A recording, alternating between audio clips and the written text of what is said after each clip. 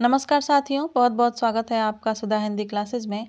हम अध्ययन कर रहे हैं भक्ति काल की प्रेमाश्रयी शाखा यानी सूफी काव्य धारा का। पिछली क्लास में हमने सूफी काव्य धारा से संबंधित कुछ विशेष तथ्यों को देखा था। आज हम क्लास की शुरुआत करेंगे सूफी काव्य धारा की प्रथम रचना हंसावली से। इसके रचनाकार असाइत हैं और इसका रचना काल 1370 ईस्वी मिलता है। नायक इसके राजकुमार हैं और नायिका इसकी हंसावली है और इसकी भाषा जो है वो राजस्थानी हिंदी है। डॉक्टर नागेंद्र एवं गणपति चंद्रगुप्त ने इसे सूफी काव्य धारा की प्रथम रचना माना है। वहीं कथानक की बात करें तो हंसावली जो है वो पूर्व जन्म में एक पक्षी होती है और जंगल में वो 5 अंडे देती है, लेकिन जंगल में आग लग जाती है और जो उसका नर पक्षी रहता है वो अंडे को बचाने का कोई प्रयास नहीं करता है और अंडे और पक्षी दोनों उसमें जलकर नष्ट हो जाते हैं और वही पंखुड़ी अगले जन्म में हंसावली के रूप में जन्म लेती है और पूर्व जन्म की ग्रंथि के कारण प्रति पखवाड़े 5 पुरुषों की हत्या का नियम बना लेती है और राजकुमार के द्वारा उसे इस ग्रंथि से मुक्त किया जाता है और बाद में दोनों का विवाह हो जाता है। तो ये थी हंसावली की कहानी। अगली जो सूफी काव्य रचना है वो है चंदायन। इसको चांदायन, लोर कथा भी कहा जाता है। इसके रचनाकार मुल्ला दाऊद हैं और रचना काल 1379 ईस्वी मिलता है। नायक इसके लोरिक देव हैं और नायिका चंदा है। भाषा इसकी अवधी मिलती है। डॉक्टर रामकुमार वर्मा ने इसे सूफी काव्य परंपरा की प्रथम रचना माना है और ये जो है वो सर्वमान्य तथ्य है। कथानक की बात करें तो नायक लोरिक व नायिका चंदा के प्रेम का चित्रण है। नायक योगी होकर घर से बाहर निकल जाता है और एक नाग द्वारा नायिका को डस लिया जाता है और गारुड़ी द्वारा उसे ठीक करने की कथा का चित्रण इसमें मिलता है। अगली जो सूफी रचना है वो है लखम सेन पद्मावती कथा, जिसका रचना काल 1459 ईस्वी है और रचनाकार हैं दामोदर कवि। नायक इसके हैं राजा लक्ष्मण सेन और नायिका इसकी है पद्मावती। इसकी भाषा राजस्थानी है। इसके रचनाकार ने इसे वीर कथा कहा है, वीर गाथात्मक कथा कहा है। इस रचना में नायिका भेद व शास्त्रीय मान्यताओं का भी उल्लेख मिलता है। बीच बीच में संस्कृत की उक्तियों का भी प्रयोग है। मंगलाचरण में गणेश जी की स्तुति है और डॉक्टर नागेंद्र ने इसे पांडित्यपूर्ण रचना माना है। आगे देखते हैं अगली जो सूफी रचना है वो है सत्यवती कथा ईश्वर दास की। रचनाकार इसके ईश्वर दास हैं और रचना काल जो है 1501 ईस्वी मिलता है। नायक इसके ऋतुपर्ण हैं और नायिका इसकी सत्यवती है। भाषा इसकी अवधी है। नायक ऋतुपर्ण एवं नायिका सत्यवती के प्रेम का चित्रण इसमें मिलता है। नायिका के शाप से नायक का कोढ़ी हो जाना इसका वर्णन मिलता है और नायिका द्वारा शाप से मुक्ति होती है। शुक्ल जी ने इसे अवधी भाषा की प्रथम रचना माना है और हजारी प्रसाद द्विवेदी सूफी परंपरा की प्रथम रचना मानते हैं। आशा है आपको ये जानकारी अच्छी लगी होगी। अगर आप चैनल पर पहली बार आए हैं तो चैनल को सब्सक्राइब अवश्य कर लें और बेल आइकन भी दबाएं ताकि जब भी आपको कोई नई क्लास आए तो आपको तुरंत उसका अपडेट मिल जाए। और अगर क्लास अच्छी लगे तो क्लास को लाइक भी करिएगा और अपने दोस्तों के साथ शेयर भी करिएगा। अगली जो सूफी रचना है वो है मृगावती। इसके रचनाकार कुतुबन हैं और रचना काल इसका 1503 ईस्वी मिलता है। नायक इसके राजकुमार हैं और नायिका है मृगावती। भाषा इसकी अवधी है। आचार्य रामचंद्र शुक्ल ने इसे सूफी परंपरा की पहली रचना माना है और मृगावती बहुपत्नीवाद का समर्थन है, ऐसा कथन कहने वाले हैं नंद दुलारे वाजपेयी। आगे बढ़ते हैं और देखते हैं डॉक्टर नगेंद्र क्या कहते हैं। डॉक्टर नगेंद्र कहते हैं कि मृगावती में प्रेम तत्व का निरूपण भावात्मक शैली में हुआ है। तो ये कथन जो है दोनों काफ़ी इंपॉर्टेंट हैं और परीक्षाओं में पूछे जा सकते हैं। ये जो class TGT, PGT, UGC net, KVS, NBS उन सभी परीक्षाओं के लिए महत्वपूर्ण है जिसमें हिंदी साहित्य का इतिहास पूछा जाता है या उनके सिलेबस में लगा हुआ है। अगली जो सूफी काव्य रचना है वो है माधवानल कामकंदला, जिसके रचनाकार हैं गणपति और रचना काल है 1527 ईस्वी। नायक इसके माधव हैं और नायिका हैं कामकंदला। भाषा इसकी राजस्थानी है।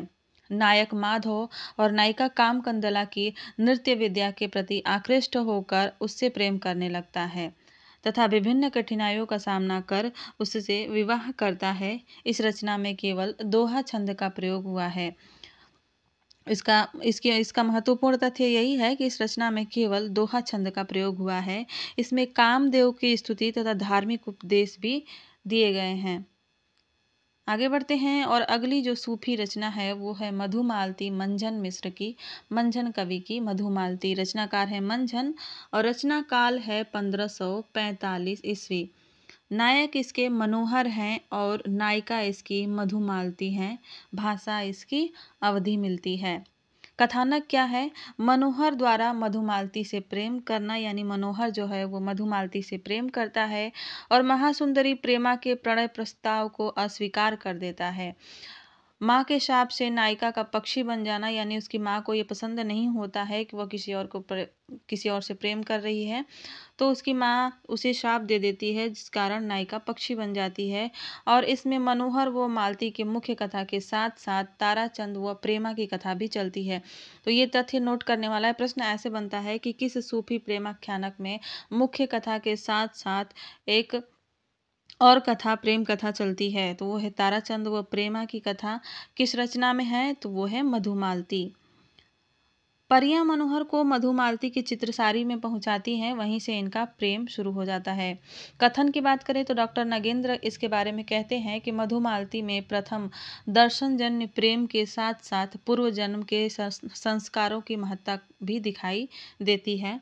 आचार्य शुक्ल इसके बारे में कहते हैं कि मंझन ने जायसी की अपेक्षा कुतुबन के आदर्श प्रेम का पालन रुचि के साथ किया है।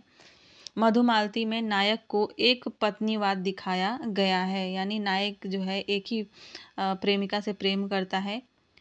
अगली जो सूफी रचना है वो है माधवानल कामकंदला चौपाई। रचनाकार हैं कुशल लाभ। ये कुशल लाभ की रचना है और रचना काल यानी उसका समय है 1556 ईस्वी। नायक इसके माधव हैं और नायिका इसकी कामकंदला है। भाषा इसकी राजस्थानी मिलती है। इसमें नायक नायिकाओं की अनेक जन्मों की कथा का चित्रण है। अगली जो सूफी रचना है वो है रूप मंजरी, जिसके रचनाकार हैं नंददास और रचना काल है 1568 ईस्वी। नायक इसके कृष्ण है और नायिका इसकी रूप मंजरी है। भाषा इसकी ब्रज मिलती है। कथानक की बात करें तो नायिका रूप मंजरी स्वप्न में कृष्ण के दर्शन करती है और उनसे प्रेम करने लगती हैं। कथन की बात करें तो डॉक्टर नगेंद्र कहते हैं कि रूप मंजरी काव्यत्व की दृष्टि से अत्यंत प्रौढ़ एवं मार्मिक रचना है। डॉक्टर गुलाब राय का कथन है कि रूप मंजरी एकमात्र उद्देश्य प्रेम तत्व की स्थापना है। रूप मंजरी का एकमात्र उद्देश्य प्रेम तत्व की स्थापना है। अगली जो सूफी रचना को देख रहे हैं हम वो है चित्रावली, जिसके रचनाकार उस्मान हैं और रचना काल की बात करें तो ये 1613 ईस्वी है। नायक सुजान है और नायिका चित्रावली है। भाषा इसकी अवधि मिलती है। 7 चौपाइयों के बाद एक दोहा छंद का इसमें प्रयोग हुआ है। इस रचना का उद्देश्य रचनाकार ने अमरत्व प्राप्ति बताया है, यानी अपनी प्रसिद्धि को बताया है।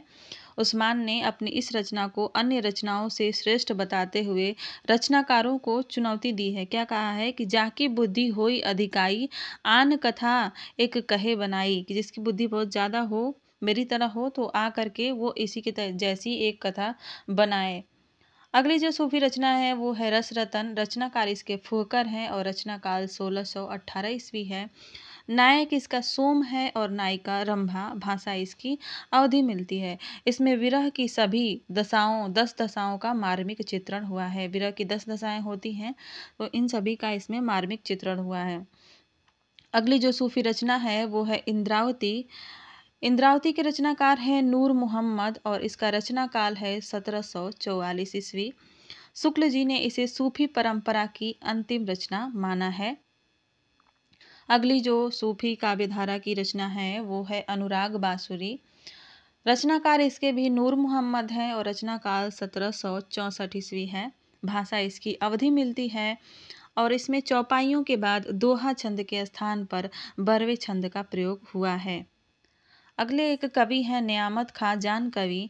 इन्होंने कुल 78 रचनाएं लिखी हैं, जिनमें 29 प्रेमाख्यानक हैं। सूफी परंपरा के अंतर्गत सबसे ज़्यादा प्रेमाख्यानक लिखने वाले कवि। तो यहाँ पर एक प्रश्न बन जाएगा कि सूफी परंपरा के अंतर्गत सबसे ज़्यादा प्रेमाख्यानक कवि लिखने वाले कवि कौन हैं, तो वो हो जाएंगे नियामत खां जान कवि। रचनाओं की बात करें तो इनके रचनाओं के नाम है कामलता, कथा रत्नावली, कथा कलंदर, कथा रूप मंजरी, कथा कनकावती, कथा कमलावती, कथा मोहिनी, कथा नल दमयंती और कथा कलावती। तो ये थी आज की क्लास। आज की क्लास में बस इतना ही। कल जो है मलिक मोहम्मद जायसी को देखेंगे, इनका संपूर्ण विश्लेषण करेंगे, इनकी सभी रचनाओं को बारीकी से देखेंगे। कल की क्लास थोड़ी सी लंबी हो जाएगी। इस क्लास को पूरा देखिएगा, तभी आपको सब कुछ समझ में आएगा। मिलते हैं अगली क्लास में, जिसमें हम मलिक मोहम्मद जायसी को देखेंगे। तब तक के लिए पढ़ाई करिए और अपना ध्यान रखिए। धन्यवाद।